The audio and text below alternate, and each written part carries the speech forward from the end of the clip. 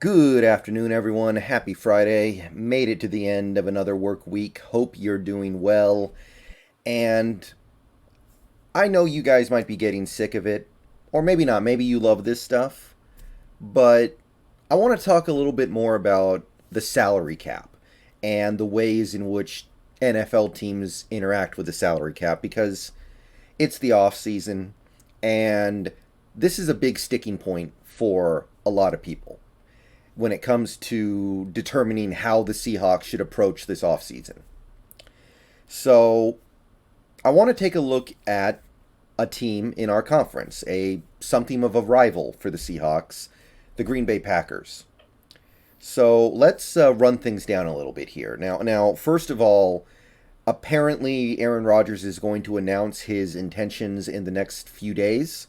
So when he announces his intentions, that's obviously going to go a long way in determining whether or not anything that I'm about to get into is even possible, right?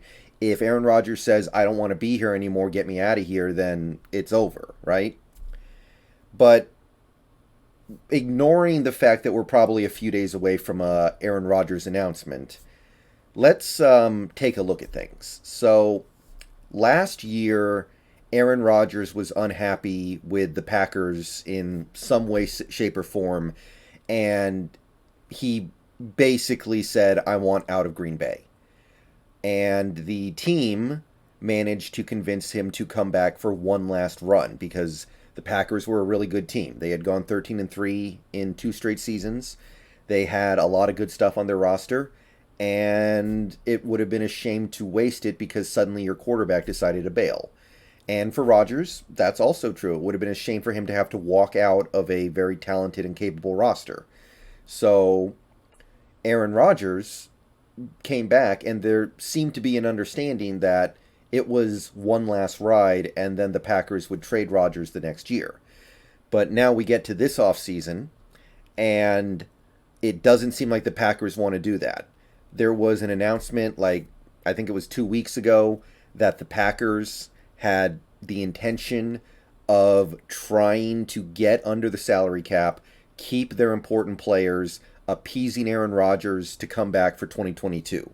Which, look, remember where we were with the Packers conversation just about a month ago when I was talking about their situation. It was bleak, it was grim, it was dire, it looked awful.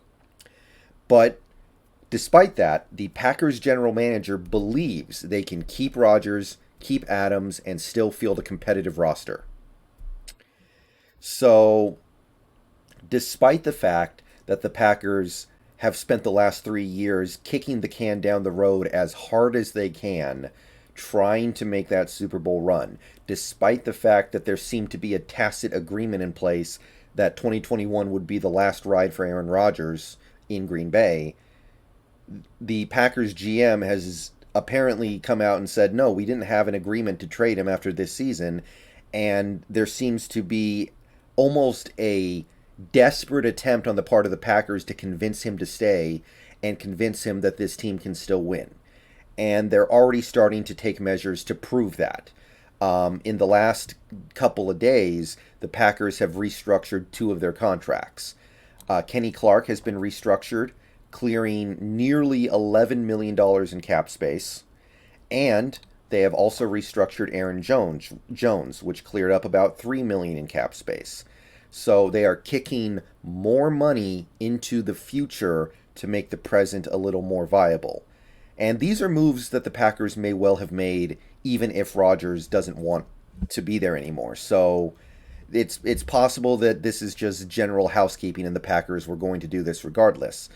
But what you are seeing with the Packers is a prelude to doing whatever it takes to field a competitive roster in 2022 and convince Aaron Rodgers to come back for another season. And because Aaron Rodgers is in the last year of his deal, they're probably going to have to extend him. And Rodgers has gone on record saying that he wants to be paid in the area of $50 million.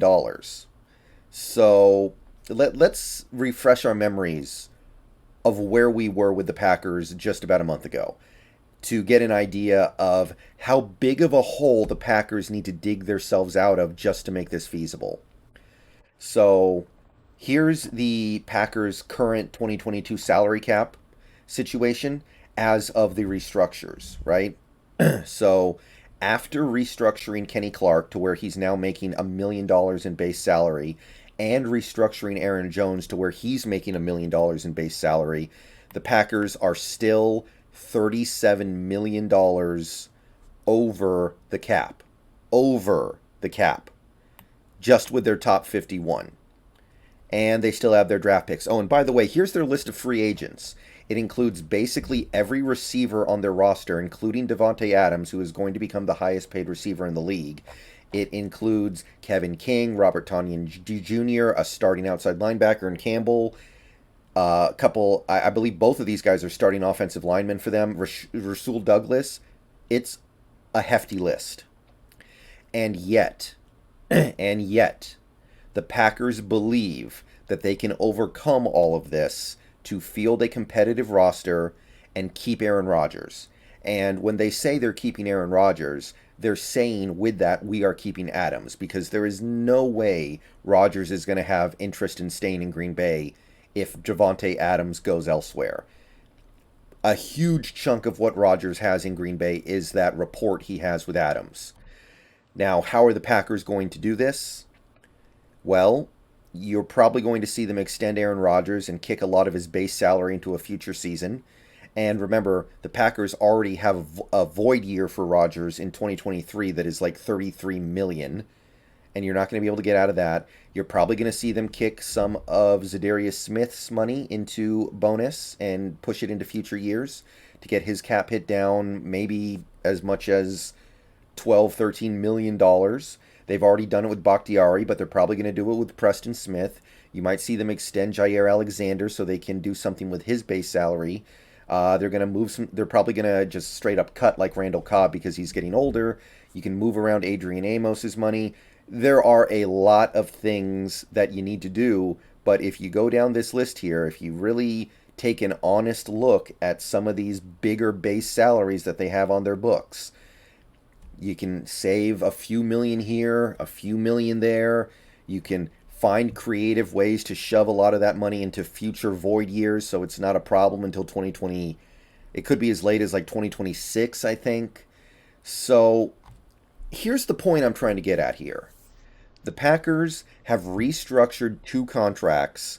They are still $37 million over, and they've already guaranteed themselves a lot of future pain because they've already used void years on guys like Aaron Rodgers and now Kenny Clark and Aaron Jones. They have a significant list of free agents. At least 3 starters on defense that I know of, a couple starters on the offensive line, basically their entire wide receiver core and their starting tight end. And they still believe they can find a way to manipulate the cap to not only get under it, but get under it by enough to bring at least some of these players back, in particular Davante Adams, and field a all-around competitive roster that will be enough to convince Aaron Rodgers to play. So the point that I'm trying to get here is, well, first of all, this is not great for us. The fact that the Packers are actually going to try this is not great for us because the Packers are a conference rival in the NFC. But my point for this video is, if the Packers feel like they can get out of this, then what excuse do the Seattle Seahawks have? Think about it, guys. If the Packers feel like they can get themselves out of this awful cap situation, if they are willing to screw themselves up in future years because they know that the next Aaron Rodgers is not just going to be waiting around the corner and they're not going to just be able to segue into the next future Hall of Fame quarterback era, then what excuse do we have to not be equally aggressive? I mean, honestly, I'll be perfectly honest. I think this is kind of insane. I think it's kind of insane to go this crazy with salary cap manipulation so you can have one more run with Aaron Rodgers. I do. I don't know if I would do it. I don't know if it's worth it because you're just talking about a couple of years. Maybe Aaron Rodgers sticks around, but he's getting older too. I'm not saying this is smart. What I'm saying is that the Packers believe they can do it. They believe they can dig themselves out of this massive hole they have without losing so many players that they become non-competitive. I thought 2022 was going to be a year the Packers decided to just roll over and just take whatever abuse they're going to get from the rest of the league and then try to come back strong in 2023. The fact that the Packers think they can dig themselves out of this hole and are going to try to do so and may at least have some success doing it is a strong indication of the fact that the salary cap can easily be bent.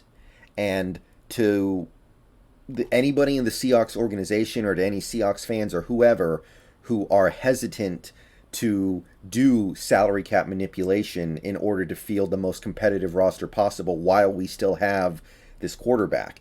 And look, I'm not saying Wilson is as good as Rodgers. He's not.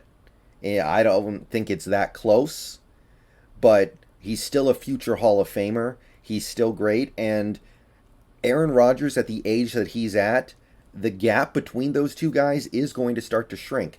And yet the Packers still think it's worth it to build around him, even if it destroys their future. So what excuse do the Seahawks have to not try to do the same thing? And this is yet another indication that being super aggressive like this and being willing to twist the cap is necessary to keep up, because if these other teams are going to do it and you're not going to do it, you're going to be behind the eight ball here. So we'll see if the Packers actually manage to pull this off. We'll see if Rodgers even wants to stay. But the fact that they're even considering it should tell you a lot. I'm going to get out of here, but it's just something to think about, guys. A month ago, I was looking at the Packers salary cap situation, and I thought it was a done deal. No way they can dig out of this, I thought. No way. They're going to trade Rodgers. They're going to cut the Smith brothers. They're going to cut some of these offensive linemen. They're going to cut some of these veterans, and they're just going to be bad for a year or two, and then they'll reboot around a new quarterback in 2024. But doesn't sound like they want to do that, and I understand they don't want to do it, but they think they can get away with it. Davante Adams' contract may very well push into the $25 million a year range. Maybe more. He might get $30 million a year. The fact that the Packers think they can extend him like that and bring back Rodgers and still field a team that is good, like Super Bowl good, tells you what you need to know about the cap. Yes, it'll eventually hurt, but it's worth it if you can win a championship. All right, see you guys later. Go Hawks. Let me know what you think down below. I understand the situations are not an exact match, but this is what we're up against, guys. Understand that. Teams are willing to mutilate themselves just to have a few more shots at a title now. If you are not willing to mutilate yourself similarly, then you're not going to win. You're not going to have the ultimate success. Because, yeah, you're looking at teams like the Rams and Packers who are going all in right now, but when their time is up, there are going to be other teams that are going all in. There's going to be maybe a team like the Vikings decides, okay, now's our time, or the Bears if Justin Fields looks like he's going to be anything. Or it could be maybe the Cardinals re-go all in after this Kyler Murray stuff blows over, or he ends up getting shipped out. It could be the team like the football team. It could be anybody. It doesn't matter. The point is, this is what you're up against. The Packers legitimately think they can overcome this hole. And if they pull it off, then it should be a lesson that it's very hard to dig a hole that you can't get out of. All right. That's it for my little rant and tirade. See you guys later on. Go Hawks.